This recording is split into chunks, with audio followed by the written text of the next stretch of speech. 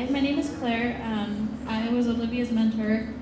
I was so nervous at the beginning to mentor her because she was so involved in so many things already. And I mean, in 8th grade, I never would have been taking this on myself. So I was so impressed immediately and so nervous that I would disappoint her.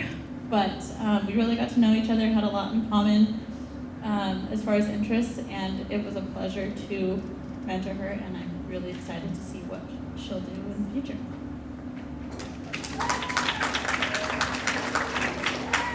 Okay, so my mentor's name is Claire Bisco. Claire is majoring in biomolecular bioengineering at UC Santa Cruz.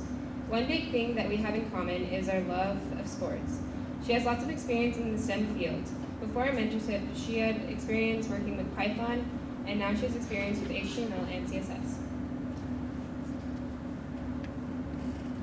At the beginning of this program, I started an online course about HTML and CSS.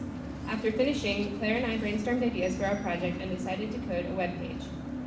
This web page is a travel blog that I can share my travel experiences with, as well as places I hope to travel to in the future. I talk about food, things to do, and things to see in that place.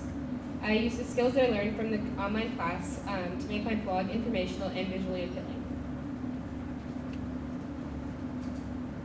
I had a really fun time working with my mentor. Together, we learned to code, discussed ideas, and coded our project. One highlight was when we finished the online course because it was a big step in the right direction. Another one was when we finally came up with a project idea that we were both excited about.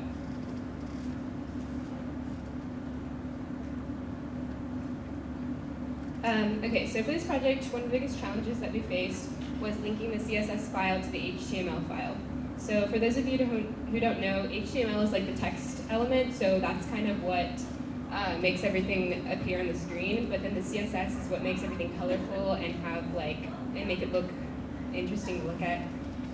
So for a while, my web page would look like this, and it was really boring and plain and just like all black and white, but eventually we figured out what the issue was, and now we have color.